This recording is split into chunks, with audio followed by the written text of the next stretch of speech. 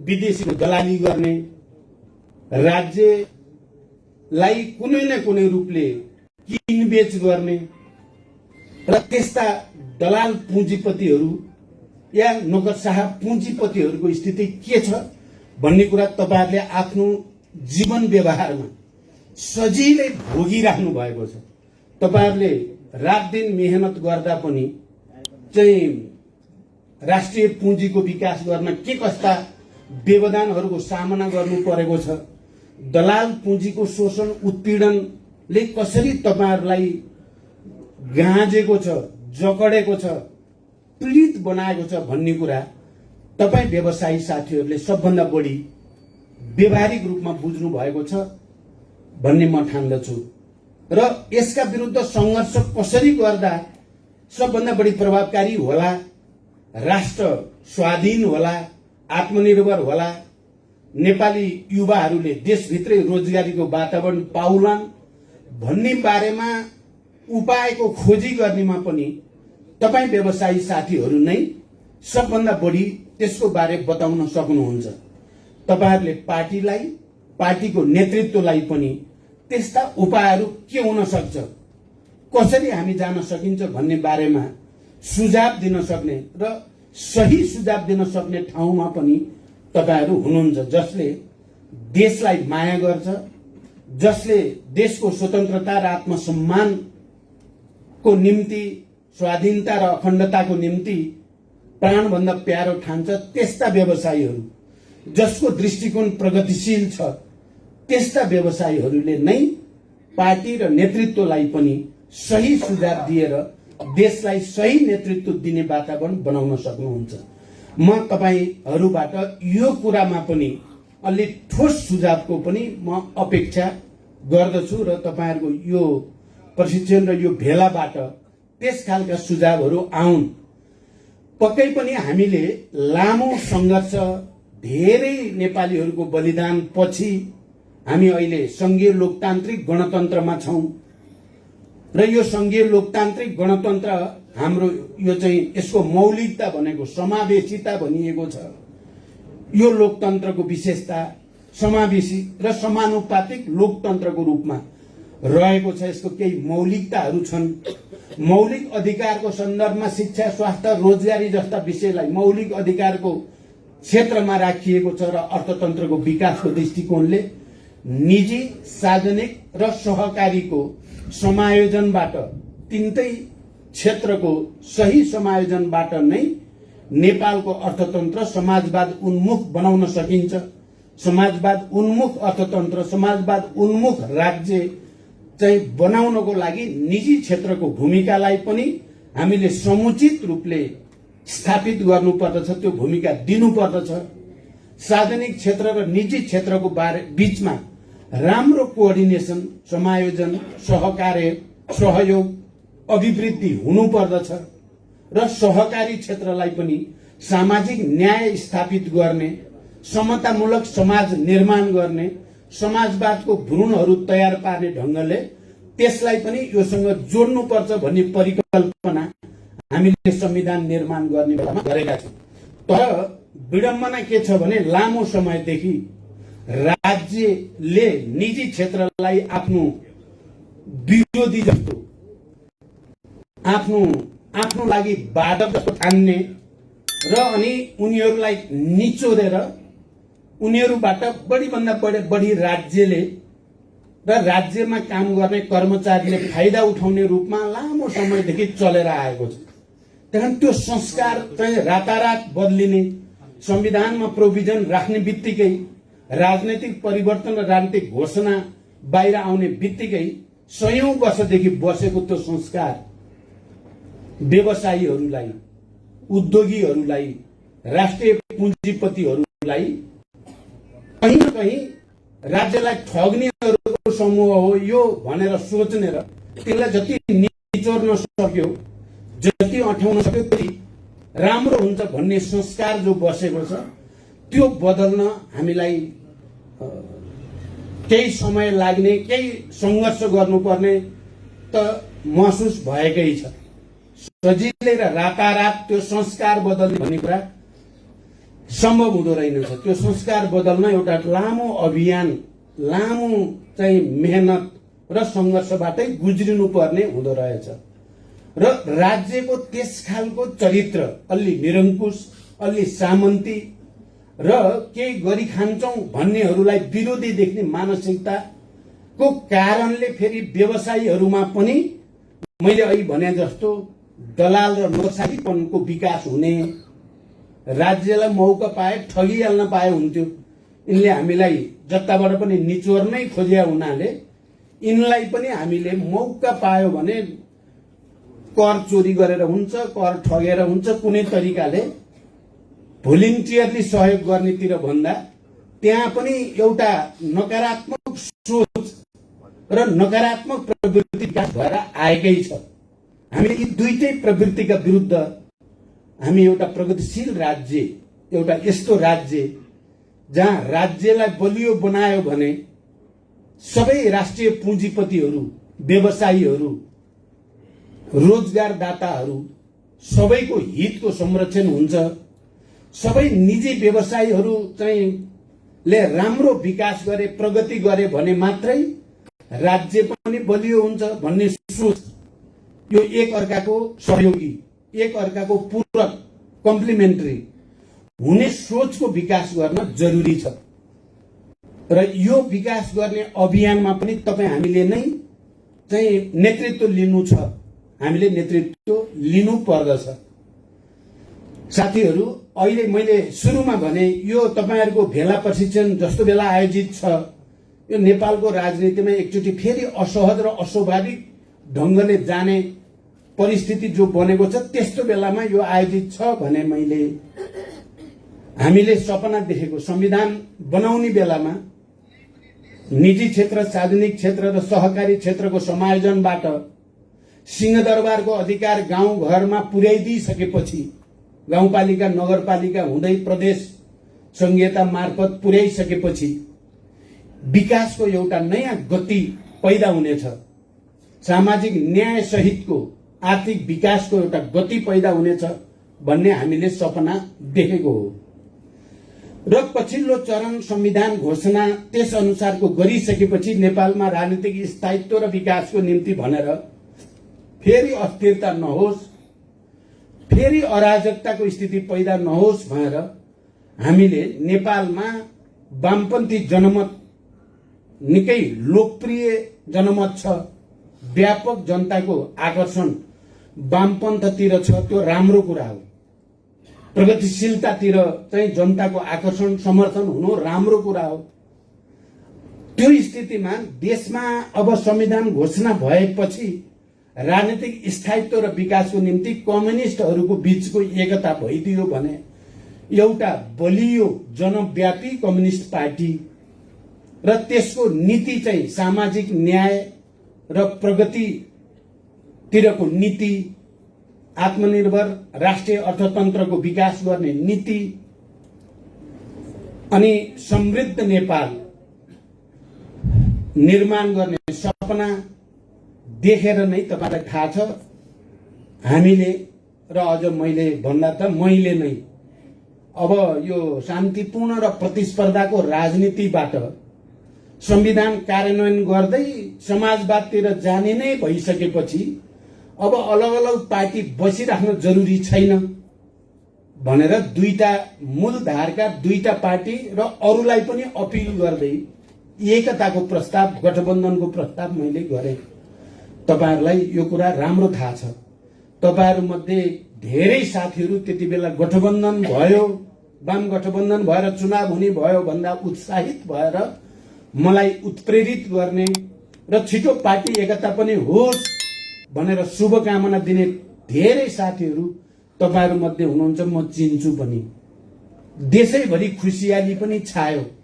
साँच्चै अब देशमा अस्थिरता र अराजकताको स्थितिको अन्त्य हुने भयो। अब देशमा विकास, समृद्धि, सुशासन, पारदर्शिता को विकास हुने भयो। अब रोजगारी, बढीभन्दा बढी रोजगारी सृष्टि गर्ने वातावरण बन्ने भयो। अब कृषिमा आधारित, किनकि नेपाल कृषि प्रधान देश छ, र हामी कहाँ यहाँ पोटेन्सियल भनेको कृषिमा आधारित उद्योग नै हो। हाम्रो आफ्नै कच्चा पदार्थ, हाम्रो आफ्नै परम्परा र आधुनिकताको सम्मिश्रणबाट उद्योगहरू, कुटीर उद्योगदेखि ठूला उद्योगसम्म स्थापित गर्न सकिने क्षेत्र भनेको कृषिकै क्षेत्र हो। र हाम्रो जडीबुटी, वन, पानी, यो सबै चिजको समुचित सदुपयोगद्वारा विकासको एउटा नयाँ गतिको सपना हामीले देखेका थियौं। जति बेला हामी गठबन्धन र पार्टी एकता गरेर यो देशमा कायापलट गर्ने हो, विकासकै निम्ति अब हामी सबै समर्पित हुने हो भनेर जे गरियो, निकै ठूलो सपना हामीले देखेको हो। तपाईहरुलाई यो कुरा राम्रो थाहा छ। तर यो कुरा ती मानिसहरूलाई मन परेको थिएन। पहिलो कुरा त संघीय लोकतान्त्रिक गणतन्त्रको संविधान बनेकै कुरा मन परेको थिएन। समावेशी लोकतन्त्र, यो देशका सबै उत्पीडित वर्ग, जाति, क्षेत्र, लिङ्ग, समुदाय सबैलाई पनि सम्मान दिने, तिनीहरूको पनि प्रतिनिधित्व राज्यमा सुनिश्चित गर्ने, यो कुरा एक थरी मान्छेलाई पटक्कै मन परेको थिएन।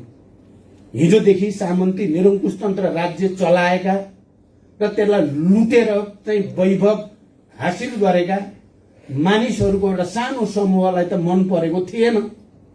जनताको विद्रोह, जनताको आन्दोलनको बलमा तिनीहरू पछाडि त धकेलिए, तर पुँजीको तागत, अनुभवको तागत, राज्य मेसिनरी भित्र उनीहरूको चाहिँ सयौं वर्षदेखिको पकड भएको हुनाले उनीहरू मौकाको ताकमा थिए यसलाई उल्ट्याउनु पर्छ भन्ने। कारण यो संविधान अहिले यिनीहरूले बनाए पनि त्यसलाई कुनै न कुनै दिन त कागजको खस्टोमा परिणत गर्न सकिएला नि भनेर षड्यन्त्रका ताना बाना बुन्न थालेको शान्ति सम्झौता भएदेखि नै हो।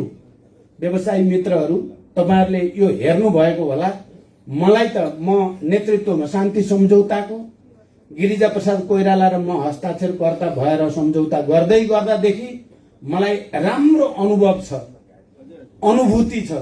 मैले नजिकबाट देखेको छु कसरी त्यसलाई असफल पार्नको लागि विभिन्न क्षेत्रबाट कसरतहरू भएका थिए।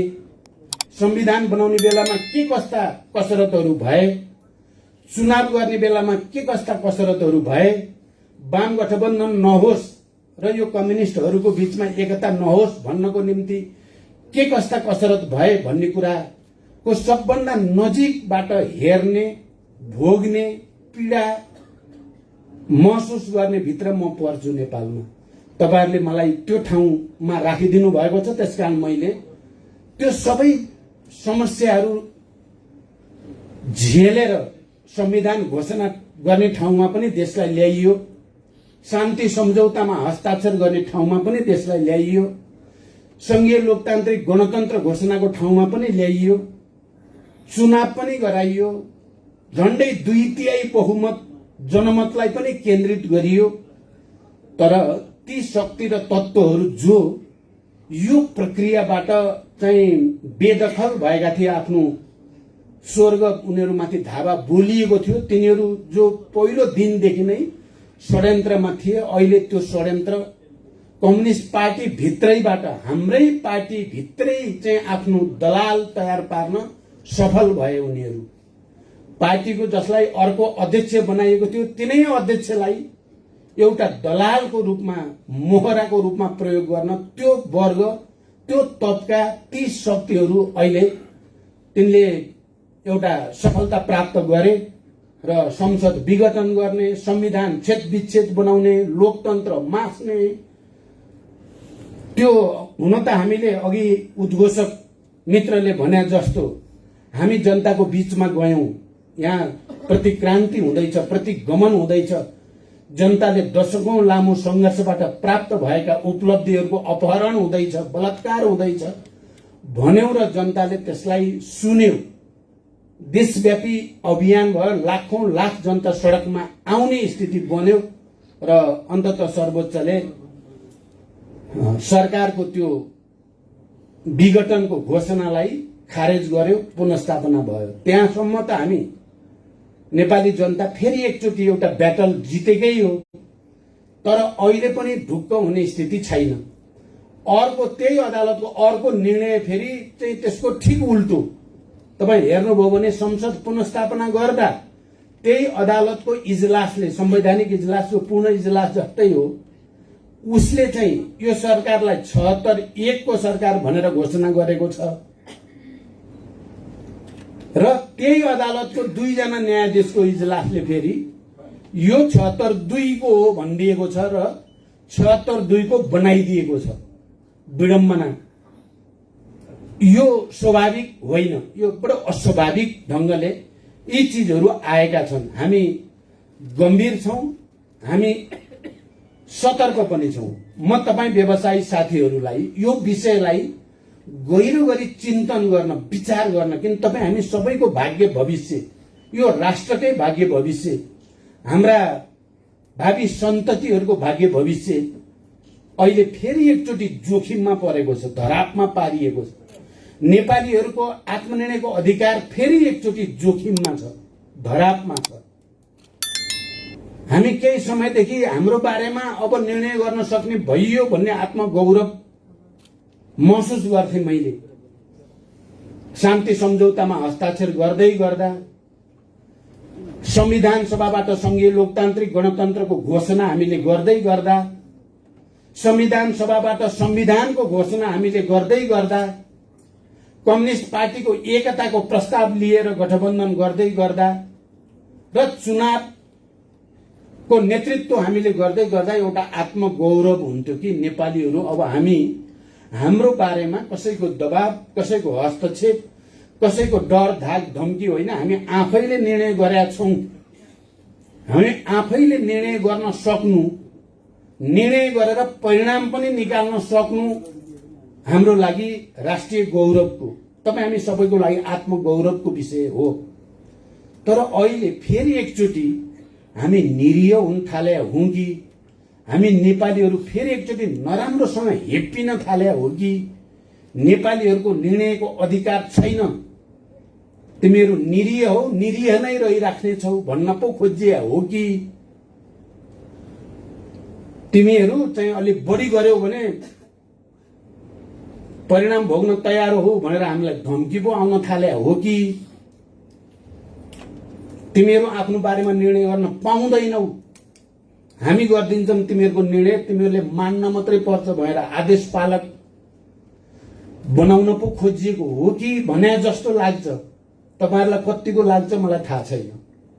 म नेतृत्वमा हुनुको नाताले मलाई अलि बढी लागेको जस्तो, अलि बढी छटपटी, अलि बढी पीडाबोध चाहिँ भएको स्थिति छ। तर यसको अर्थ सबै सिद्धियो, बर्बाद भयो भन्न मैले खोजेको बिल्कुलै होइन। जसरी संसद भंग भयो, त्यो संसद मात्रै भंग भएको थिएन, त्यो संविधानलाई कागजको खोस्टो बनाएर च्यात्ने दुस्साहस थियो त्यो।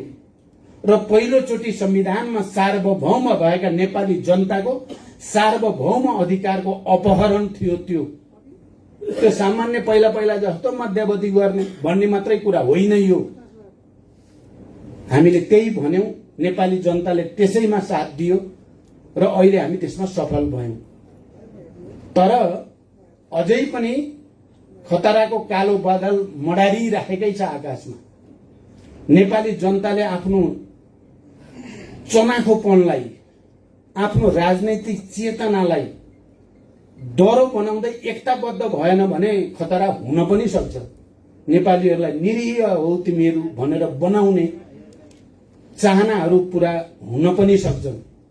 त्यसकारण आज तपाईहरुले नेपाल राष्ट्रिय उद्योग व्यापार संगठनको यो प्रशिक्षण भेलामा यो विषयमा पनि विचार गर्नु होला र केही निर्णय लिनु होला।